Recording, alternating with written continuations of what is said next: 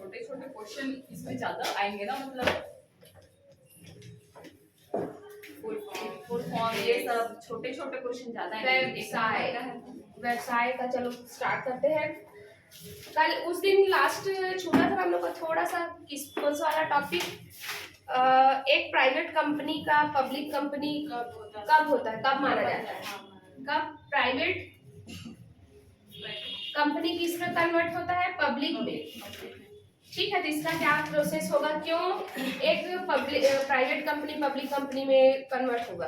तो देखो इसमें ये दो तरीके से क्या हो सकता है कन्वर्ट। पहला क्या है आपका कन्वर्जन बाय डिफॉल्ट, मतलब कुछ गलती किया, त्रुटि की वजह से वो क्या होगा कन्वर्जन जब होगा उसका परिवर्तन। ठीक, फर्स्ट कन्वर्जन बाय डिफॉल्ट। ठीक, तो इसमें क्या क्या होगा देखो, जैसे अगर कोई कंपनी जो प्राइवेट कंपनी है,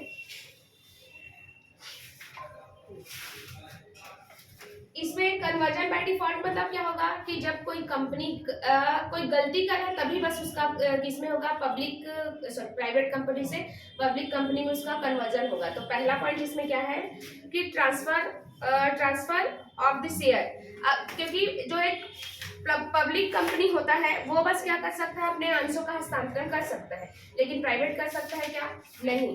तो अंशों के अगर कोई प्राइवेट कंपनी अंशों का हस्तांतरण करने लग जाए, ठीक है, अंशों का हस्तांतरण, तो अब पब्लिक हो जाएगा। दूसरा, अगर किसी प्राइवेट कंपनी की अधिकतम संख्या कितने से ज्यादा हो जाए, 200 से अधिक हो जाए, तब भी इसको क्या बोलेंगे, वो पब्लिक कंपनी में कन्वर्ट हो गया मानेंगे। और फिर अगर एक प्राइवेट कंपनी क्या करने लग जाए, शेयर इशू करने लग जाए, ठीक है, क्योंकि प्राइवेट कंपनी के लिए वो है ना, मनाही है ना कि वो जनता को शेयर इशू नहीं कर सकता, ठीक है। और फिर ये 3 पॉइंट इसमें आया किसमें, बाय डिफॉल्ट में। अब इसके बाद नेक्स्ट है ट्रांसफरिंग ऑफ शेयर और invites public to subscribe for its share, दोनों अलग अलग है, वही अंशों का नहीं, इसमें ट्रांसफर करते हैं, ट्रांसफर पब्लिक में कर सकते हैं ना, नहीं वो ये शेयर इशू, ये शेयर इशू अलग है ना। जैसे पहले तो अंश के लिए क्या बोलते हैं, जनता को निर्गमित नहीं कर सकता, वो आप जो पॉइंट बोल रहे हो वो है। और इसमें जैसे मान लो मैं कोई शेयर होल्डर हूँ और पब्लिक कंपनी में, तो मैं अपने अंश को किसी दूसरे को, मतलब शेयर को दूसरे को ट्रांसफर कर सकती हूँ। शेयर इशू और ट्रांसफर अलग होगा ना, हाँ अलग है। अब क्या होगा दूसरा, कन्वर्ट बाय चॉइस, दूसरा है आपका कन्वर्ट बाय चॉइस, मतलब अपनी इच्छा से जब कोई प्राइवेट कंपनी पब्लिक कंपनी में कन्वर्ट होगा, ठीक है। तो इसमें पहला क्या है, इसका तरीका है ना इसमें, तो इसमें क्या बोला है, उसको एक विशेष प्रस्ताव पारित करना रहेगा, ठीक। क्या बोलते हैं उसको, स्पेशल रिवॉल्यूशन बोलते हैं क्या, नहीं स्पेशल नहीं, प्रस्ताव को क्या बोलते हैं उसमें, अरे इंग्लिश वर्ड नहीं लिखी, पता है कि इन लोग को हिंदी में काम नहीं करते। इसमें सिंपल ये है कि उसको ना विशेष प्रस्ताव पारित करना रहेगा, और नॉर्मली केस में 50% क्या होना चाहिए आपके पास, उसका मत होना चाहिए। जैसे मान लो मुझे कुछ चेंज करना है, तो नॉर्मल केस में क्या करते हैं, सिर्फ 50% का वोट रहता है। जैसे मान लो मैं कुछ चीज चेंज करना चाहती हूँ अपनी कंपनी में, और आप जितने भी शेयर होल्डर हो वो लोग क्या करें, सिर्फ 50% लोग एग्री करें, तो वो क्या हो जाता है, विशेष प्रस्ताव पास हो जाता है, मतलब नॉर्मल प्रस्ताव जो रहता है सामान्य। लेकिन अगर ऐसा चेंज करना है तो बहुत बड़ा फैसला है ना, रिसोल्यूशन है या फिर ऐसे आपका कुछ है स्पेशल। फिर तो क्या होगा इसमें, इस वाले में अगर एक प्राइवेट कंपनी पब्लिक कंपनी में कन्वर्ट हो रही है तो बहुत बड़ा क्या है फैसला है, तो इस वजह से क्या करना पड़ेगा, इसका 3/4 मेंबर्स क्या करने चाहिए, इसमें एग्री करने चाहिए, तभी बस क्या होगा, एक प्राइवेट कंपनी पब्लिक कंपनी में कन्वर्ट होगा, ठीक है। फिर अगला इसमें जो दिया था वो दूसरा है, आप इसमें नहीं दिया, था? नहीं, मैं ना उससे वीडियोस देखी हूँ। ये अभी अभी हुआ है, इसमें ऐड नहीं है। इसमें हाँ, उसमें नहीं है। फिर अगला है, देखो इसके बाद जब ये प्रोसेस हो जाएगा तो इसके 30 दिन के अंदर में 30 दिन के अंदर क्या करना पड़ेगा, रजिस्ट्रार को उसका क्या भेजना पड़ेगा, मतलब उसके विशेष प्रस्ताव जो आपने पास किया है ना, उसको उसका कॉपी भेजना पड़ेगा, किसको, रजिस्ट्रार को। ठीक, ये 50% मत क्या बोलते हैं, नॉर्मल केस में होता है। हाँ, मेंबर्स ये इसमें नहीं आएगा, लेकिन ना जैसे मान लो कुछ छोटा मोटा परिवर्तन करना है, कुछ नॉर्मल कुछ वो है, अगर आप सोच रहे हैं तब 50% लगता है, लेकिन ये बहुत बड़ा फैसला है ना कि आप उसमें चेंज कर रहे हो करके अपने पब्लिक प्राइवेट से पब्लिक में, तो इसलिए आपको कितना वो चाहिए रहेगा, कितने मेंबर्स इसमें एग्री करेंगे, 3/4।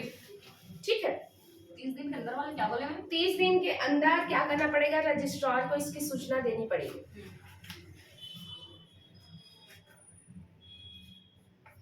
अब क्योंकि ये क्या हो रहा है, जो आपका प्राइवेट कंपनी हो पब्लिक कंपनी में कन्वर्ट हो रहा है, तो इसलिए इसको क्या, प्रॉस्पेक्टस जिसको बोलते हैं प्रविवरण, ये भी पास करना पड़ेगा। ठीक है, प्रविवरण का निर्गमन करना पड़ेगा, किसको, कंपनी को, प्रॉस्पेक्टस बोलते हैं उसको। ठीक, फिर बोला है इन दोनों का ना, किसका किसका, एक तो एक 3/4 जो उसका वो है, एग्री कर रहे हैं जितने मेंबर्स वो, प्लस प्रविवरण किसके पास भेजना पड़ेगा, आपका कंपनी रजिस्ट्रार के पास भेजना पड़ेगा। ठीक,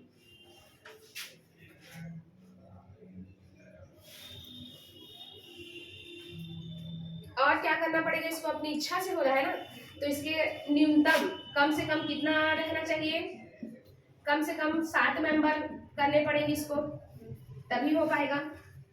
ठीक, क्योंकि आपके पब्लिक कंपनी में 7 होने चाहिए ना, और इसमें प्राइवेट रहता है तो 2 ही रहता, तो इसलिए इसको कम से कम कितने करने रहेंगे, सदस्य की संख्या 7, और फिर आपका वही 3 डायरेक्टर्स, मतलब ये पूरा पब्लिक कंपनी अपनी इच्छा से हो रहा है ना, तो सब चीज को अपने इच्छा से करना पड़ेगा।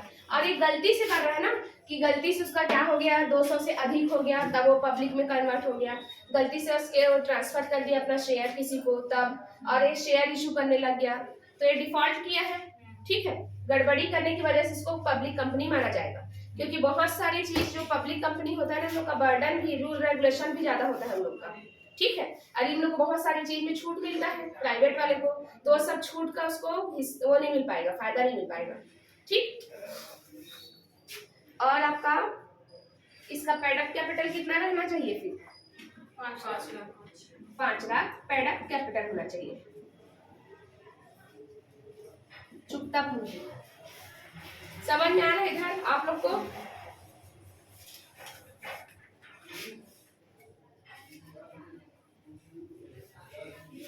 एक आप लोग ना ये बस इसका तो इतना ही हो गया, पब्लिक का इसमें अपनी इच्छा से, और दूसरा गलती किया तब कन्वर्ट किया है। 25% शेयर वाला था, उसका क्या हुआ, ये सही है? इस बुक में ये, बाकी मैं कहीं भी ऐसे उसमें ऑनलाइन पढ़ी तो मुझे कुछ भी नहीं मिला, तो मैं इसलिए इसको नहीं कह सकती ना सही होगा। और जो कंपनी लॉ की बुक है ना कॉलेज में, उसमें मैं देखी हूँ तो उसमें ये सब कुछ मेंशन नहीं हुआ है, ये 25% वाला। ठीक है, इसलिए मैं इस चीज के लिए नहीं बोल सकती ना, पुराना हो। हाँ, इसीलिए क्योंकि अपडेट हो गया होगा, 60 दिखाता है। हाँ, आप लोग ना जहाँ डिफरेंस लिखे होंगे ना इन दोनों में, वहां थोड़ा सा और लिख लेना। तो कोरम, कोरम लिखो, लिखे थे क्या कोरम? हाँ, लिखना उसमें ना, जो पब्लिक कंपनी और प्राइवेट कंपनी में डिफरेंस लिखे थे उसमें कुछ कुछ ऐड कर लो, क्योंकि मैंने उस बुक से देखी ना, कुछ कुछ मिला और अलग। कोरम कितना होना चाहिए पब्लिक, उसमें प्राइवेट में कम से कम 2 कोरम लिख लेना। कोरम मीन्स होता है न्यूनतम, किसी भी मीटिंग के लिए न्यूनतम सदस्यों की संख्या, गण पूर्ति बोलते हैं जिसको हिंदी में। पब्लिक में 5। ठीक, फिर जो ना एक और पॉइंट लिखेंगे, सचिवी अंकेक्षण रिपोर्ट, मतलब सचिव को अंकेक्षण का रिपोर्ट भेजना, मतलब ऑडिट, सेक्रेटरी को ऑडिट रिपोर्ट जो है वो भेजना। क्या बोले? पब्लिक में 5 कोरम। हाँ, इसमें उसमें प्राइवेट में 2, पब्लिक में 5। और इसमें जो रिपोर्ट भेजना रहता है किसको, सेक्रेटरी को, सचिवी अंकेक्षण रिपोर्ट लिखेंगे। किसमें जरूरी नहीं है, प्राइवेट में नहीं है जरूरी, और जबकि किसमें जरूरी है, पब्लिक में जरूरी होता है अनिवार्य। मीटिंग के लिए मिनिमम सदस्यों की संख्या है, मेंबर्स। हाँ,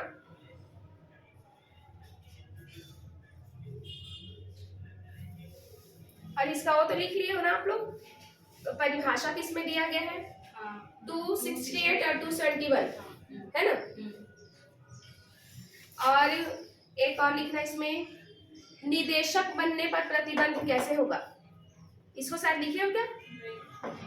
हाँ हाँ, उसमें डायरेक्टर, कोई एक पर्सन कितने कंपनी का डायरेक्टर हो सकता है, कितने प्राइवेट कंपनी का और कितने पब्लिक कंपनी का, तो लिखना, लिखो उसमें।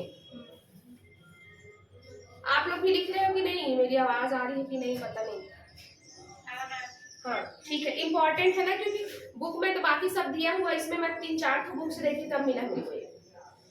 चलो लिखना इसमें, निदेशक बनने पर प्रतिबंध, मतलब जैसे मैं हूं ना, अगर मैं किसी प्राइवेट कंपनी में कितने से ज्यादा प्राइवेट कंपनी के डायरेक्टर नहीं बन सकती, तो कितने, 20 से ज्यादा प्राइवेट कंपनी के डायरेक्टर नहीं बन सकते, सिर्फ 20 कंपनियों की ही बन सकती है। हाँ प्राइवेट में, ठीक है, लिमिट है।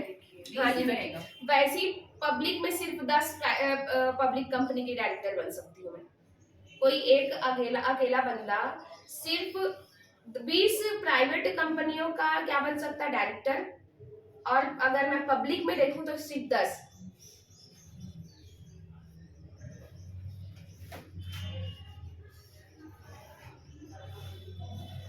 चलो ये तो हो गया। अब अभी हम लोग क्या पढ़े हैं, पब्लिक का सॉरी प्राइवेट का पब्लिक में चेंज होना है ना। आप क्या पढ़ेंगे, पब्लिक का प्राइवेट में कैसे चेंज होता है, वो मतलब जो पब्लिक कंपनी है वो प्राइवेट कैसे बन जाएगी, जो वो पब्लिक वाला उनको फॉलो नहीं करेगी और क्या। हाँ वही जैसे इसमें पूरा प्राइवेट वाले पब्लिक के फॉलो की है, तो जब वो शेयर नहीं करेगी पब्लिक को और नाम के आगे प्राइवेट में चले जाएगी। हाँ वही सब है। देखो मैं थोड़ा सा ही बस है इसको, अगर आप लोग को नोट डाउन करना है तो कर लेना। अब क्या हो रहा है, एक पब्लिक कंपनी किसमें कन्वर्ट होगा, प्राइवेट में।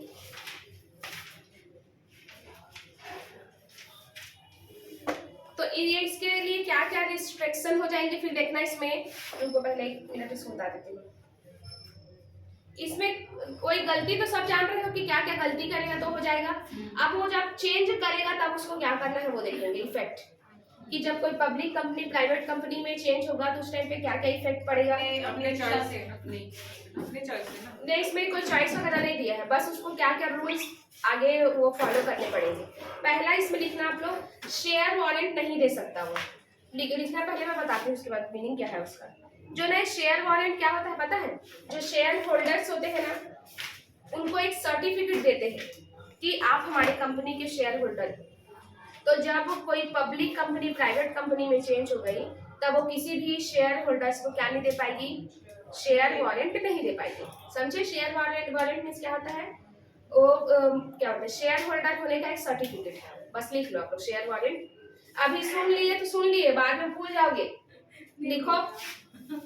कहाँ लिखो जगह नहीं। अरे ऊपर में छापो ना, दिख रहा। जब ना कोई पब्लिक कंपनी प्राइवेट में चेंज हो जाएगा तो वो शेयर वारंट नहीं दे सकता। इसका उसमें हिंदी में भी यही लिखा हुआ है, ठीक। तो आप लोग क्या बोले, हिंदी में भी यही वर्ड लिखा हुआ है। तो आप लोग मैम इसको हिंदी में क्या बोलते हैं ऐसे मत पूछना मेरे से। शेयर वारंट नहीं दे सकता। क्या होता है शेयर वारंट, एक सर्टिफिकेट होता है कि आप हमारे कंपनी के क्या हो, शेयर होल्डर हो। तो जब वो पब्लिक कंपनी से प्राइवेट में कन्वर्ट हो गया तो कोई मतलब का ही नहीं है, तो इसलिए वारंट, शेयर वारंट नहीं दे पाएगा। दूसरा है आपका, विशेष प्रस्ताव पास करके फाइल किसके पास जमा करना रहेगा, रजिस्ट्रार के पास 30 दिन के अंदर। जैसे उसमें था ना सेम, इसमें कोई वो तो नहीं दिया है विशेष प्रस्ताव का, वो मतलब कितने सदस्य उसमें क्या रहना चाहिए, एग्री होने चाहिए। लेकिन आपका रिसॉल्यूशन ही लिखा था, प्रस्ताव है ना, ऑफर होता है, विशेष बोर्ड ऑफ स्पेशल ऑफर ही होगा। मैं इंग्लिश में देखी ना इसलिए बोल रही हूँ इसको। मैं सेंड करूंगी इस वीडियो को, ठीक है, उसका लिंक देख लेना आप लोग। फिर उसके बाद देखना न्यूज़पेपर में इसको क्या करना पड़ेगा, पब्लिश करना पड़ेगा कि हम हमारा जो कंपनी जो पब्लिक था वो क्या हो गया, प्राइवेट हो गया। और प्लस इसके साथ साथ में उस न्यूज़पेपर का जो कटिंग आएगा उसको रजिस्ट्रार को देना पड़ेगा कि हमने न्यूज़पेपर में दिया है इसको। प्लस इसका 3 कॉपी अपने पास रखना पड़ेगा, मतलब स्टॉक एक्सचेंज जो होता है ना उन लोग का मार्केट, उसमें भी रखना पड़ेगा 3 कॉपी। जरूरी है मैम। लिख लिए ना हो तो देख लो, नोट डाउन करना पड़ेगा ताकि इतना सारा हो। बाकी सब आपके बुक में लिखा हुआ है, ये सब नहीं लिखा हुआ तो लिख लो। ये याद रहेगा न्यूज़पेपर वाला। जी पढ़ने टेक्स्ट में लग रहा है अभी, ऐसा लग रहा है कि इसको एओए में पढ़। ये हो गया ना, समझ में आया आप लोग को? इधर ऑनलाइन भी हो आप लोग समझ में आए?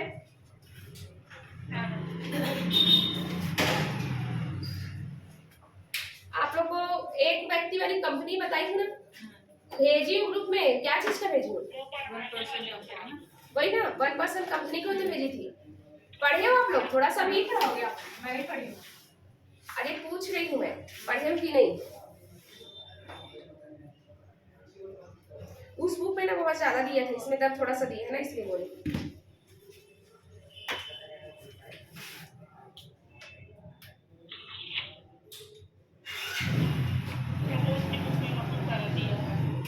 क्या बोले? एक व्यक्ति वाली कंपनी के बारे में, क्या बोल रहा? एक व्यक्ति कंपनी वाले के बारे में दिया है क्या उसमें बहुत सारा? ठीक है, ग्रुप में सेंड करना, ठीक है। इसमें ना एकदम आधा पैराग्राफ दिया है। देखो इस वाले में 1% कंपनी क्या होगा, इसका सेक्शन नहीं दिया हुआ, जबकि मैं ऐसे देखी दिया है क्या आप लोगों में? हाँ, ये दिया है कंपनी अधिनियम 2013 की धारा 265 के अनुसार। हाँ ठीक है, लिख लो आप लोग भी, क्योंकि ना उसी चीज को मैं ढूंढ रही थी, मेरे भी बुक में नहीं है ना, जो सेंड करी हूँ आप लोग को। इसमें 265 में दिया हुआ है 1% कंपनी। ठीक, देखो जैसे आपका जो प्राइवेट कंपनी है उसमें मिनिमम कितना होना चाहिए, तो पब्लिक में मिनिमम होना चाहिए 7। आर्टिकल है। हाँ धारा, एक्ट कौन सा आपका 2013, उसके सेक्शन में 2 सब सेक्शन 65 में दिया गया है 1% कंपनी। 62 में दिया है मैम, 65 बोले कि 62 बोले? 65 सुनी, बुक में लिखा है, प्रबोध है क्या? 262। देख रहे उतने टाइम से चुपचाप बैठे हुआ, 2 मैम जब प्रभु अच्छा तो नवबोध क्यों ले लिया? अरे ठीक है, अरे कुछ उसमें दिया है, कुछ इसमें दिया है। हाँ इसमें बहुत अच्छे से दिया है। देखो इसमें इस वाले टॉपिक को, अब देखो इसमें क्या बोला है कि जब पब्लिक कंपनी में आपको 7 सदस्य होने चाहिए, और जबकि प्राइवेट कंपनी में कितने होने चाहिए, न्यूनतम सदस्य 2। इसके अलावा भी कंपनी अधिनियम 2013 की धारा 262 में बताया गया कि एक व्यक्ति वाली भी कंपनी हो सकती है। ठीक है, उसमें तो आप लोग को भेजी हूँ, उसमें देखना, उसके लिए मस्त अच्छे से पॉइंट लिखा हुआ है कि उसको अपने लिए क्या करना पड़ेगा, एक उत्तराधिकारी नियुक्त करना पड़ेगा। ठीक है, क्योंकि जैसे मान लो अगर किसी कंपनी की अकेली मैं मालिक हूँ, तो मेरे नहीं होने के बाद, मतलब अगर मान लो मेरी मृत्यु हो जाती है, तो उसके बाद कौन उसको वो करेगा, मतलब हैंडल करेगा, या फिर किसका होगा कंपनी, उसके बारे में मुझे नॉमिनी का नाम देना रहेगा। और उसमें पूरा प्रोसेस लिखा हुआ था ना कि अगर मैं चाहूँ जिस नॉमिनी को मैं क्या करी हूँ, जैसे अनुराधा मेरी नॉमिनी है वो, ठीक है, तो उसके बाद क्या होगा, जैसे मैं ये चाहती हूँ कि अनुराधा को अब उसका नाम मैं चेंज करना चाहती हूँ, तो उसका भी प्रोसेस करके मैं क्या करूँगी, उसका नाम चेंज कर सकती हूँ। अब प्लस अनुराधा भी अगर उस मेरी कंपनी की नॉमिनी नहीं बनना चाहेगी, तो वो भी क्या कर सकती है, चेंज कर सकती है। ठीक है, होता क्या है मैम वन कंपनी? एक अकेला व्यक्ति वो कंपनी का क्या होगा, एक ही जन मालिक रहेगा। हाँ वही, जबकि आप कंपनी में क्या समझते हो, वही सब रूल फॉलो करेगा जो प्राइवेट नहीं, इसमें बहुत सारी छूट है ना, इसमें बहुत सारी छूट है। एक इंसान भी कंपनी चला सकता है। वही तो इसमें आए हैं 2013 में, 1956 में नहीं था, 1956 में ही नहीं था।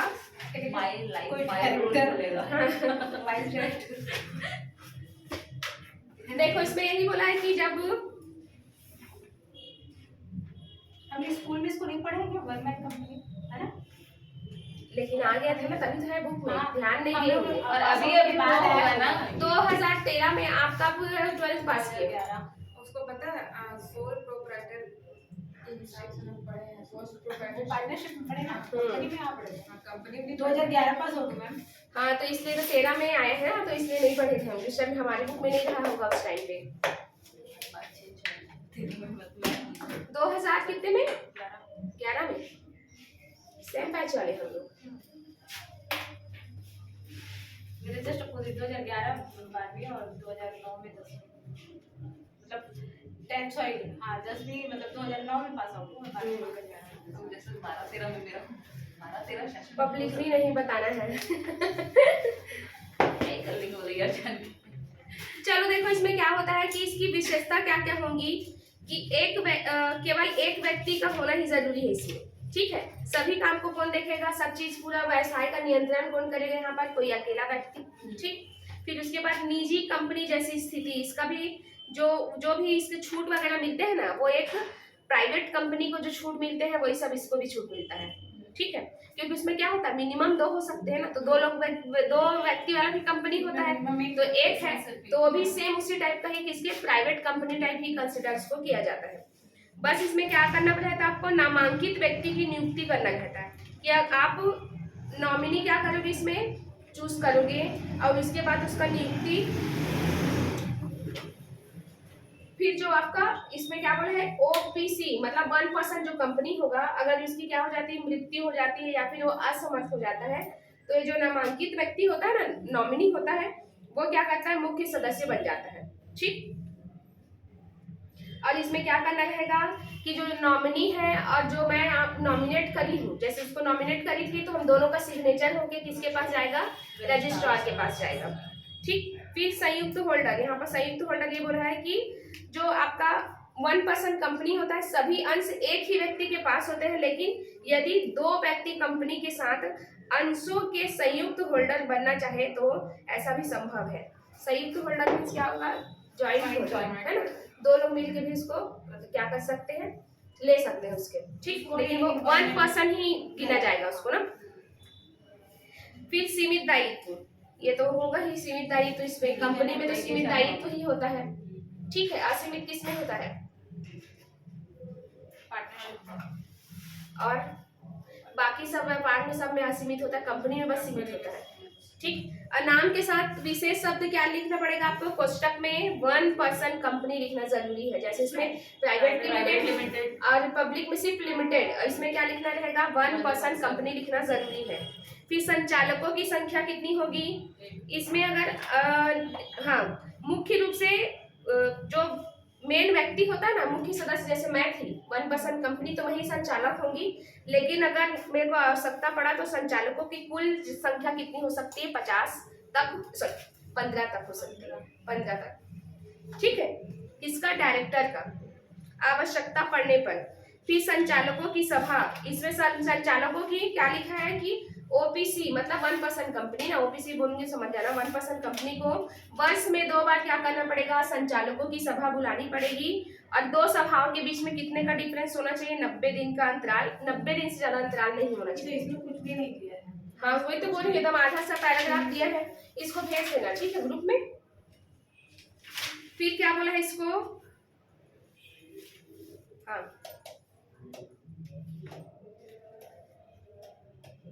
और अगर कंपनी में आपका कोई एक ही संचालक हो, 15 संचालक तक हो सकते हैं ना, अगर एक ही संचालक है तब उसको सभा बुलाने की जरूरत ही नहीं, अकेला रहेगा तो क्या ही सभा बुलाएगा, ठीक। फिर बोला है कि ये देखो यही है विशेष प्रस्ताव, देखो ऑर्डिनरी और स्पेशल रिसोल्यूशन, यही तो बोल रही थी, ठीक। वही है विशेष प्रस्ताव और आपका क्या चीज, विशेष प्रस्ताव और साधारण प्रस्ताव, ऑर्डिनरी और स्पेशल रिसोल्यूशन आपका जो बोला है, आपको बुलाना पड़ेगा। और एक मिनट्स बुक में भी लिख दिया जाएगा, मिनट्स बुक होता है आपका सूक्ष्म, जो भी मीटिंग में हुआ ना, तभी मीटिंग पढ़ाऊंगी उसमें सब में देखने को मिलेगा, मीटिंग का सूक्ष्म तैयार करना, सूक्ष्म मीन्स जो भी काम हुआ है ना, जो भी फैसला हुआ, जिस मुद्दे पे बात हुआ है, क्या क्या हुआ है, उसको एकदम शॉर्ट में लिखना, शॉर्ट नोट बना के लिखना, उसको मिनट्स बुक बोलते हैं। ठीक है। फिर इसमें मिनट्स बुक में सभी जो भी मेंबर्स हैं उन लोग का हस्ताक्षर होना जरूरी है। फिर आपका लिखा है पृथक वैधानिक अस्तित्व। इसमें क्या होगा, इसका पृथक वैधानिक अस्तित्व इसलिए होगा क्योंकि ना पब्लिक है ना प्राइवेट। हाँ, विधान के द्वारा इसको मिला है ना, मतलब इसको क्या बोल सकते हैं, जैसे कंपनी को विधान के द्वारा क्या मिला है, लीगल रूप से पर्सन माना गया है, वैसे इसको ओबीसी को भी लीगली रूप से क्या माना गया है, एक पर्सन के जैसे ही माना जाएगा। मतलब इसका भी अस्तित्व है। हाँ।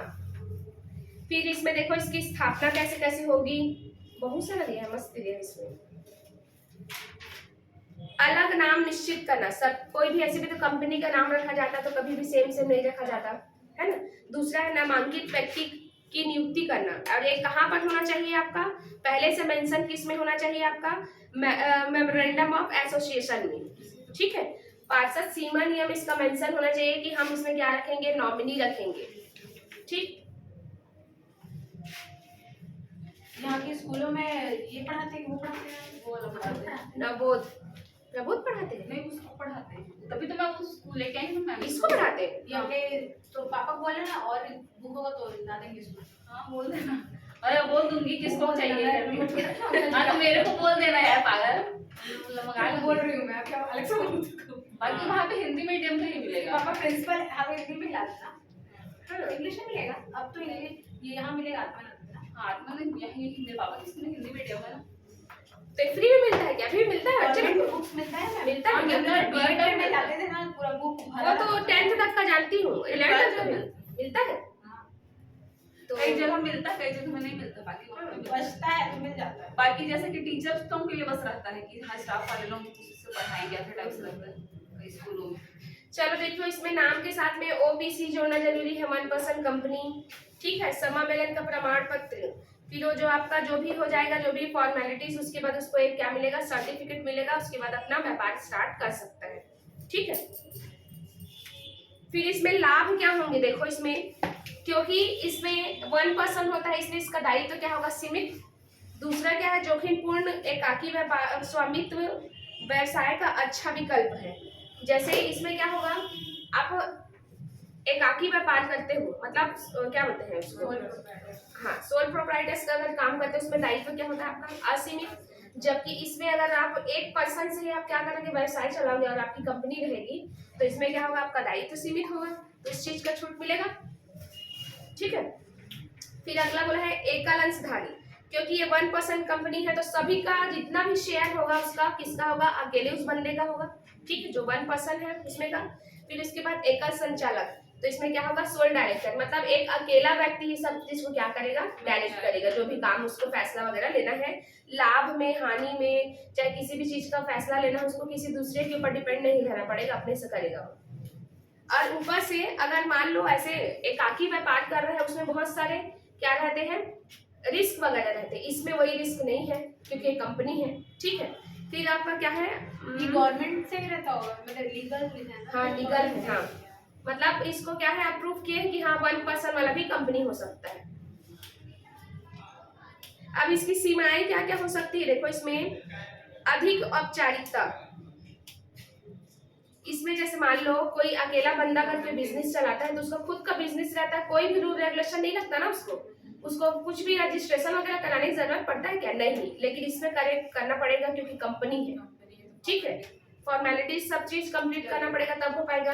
फिर अगला आपका क्या लिखा है, संसाधनों की कमी, संसाधनों की कमी मतलब शॉर्टेज ऑफ रिसोर्सेस, तो इसमें क्या होगा, जितना पब्लिक कंपनी को मिलता है वैसा इसमें नहीं मिल पाएगा। ठीक। फिर अगला है आपका इसमें असंतुलित निर्णय, अनबैलेंस्ड क्या होगा, डिसीजन, क्योंकि अकेला व्यक्ति हर चीज में डिसीजन सही नहीं हो सकता है ना, कभी कभी दूसरे से जब हम सलाह मशवरा करते हैं तो कुछ अपने से ज्यादा अच्छा आइडिया मिल जाता है तो उसको अपनाते तो फायदा होता है, तो यही बस इसमें कमी है इसमें। ठीक है, बस इतना ही दिया हुआ है इसमें तो इतना भी नहीं दिया, इतू सा आधा सा पेज दिया उसमें। हाँ अब इसको ग्रुप में ना सेंड कर देना।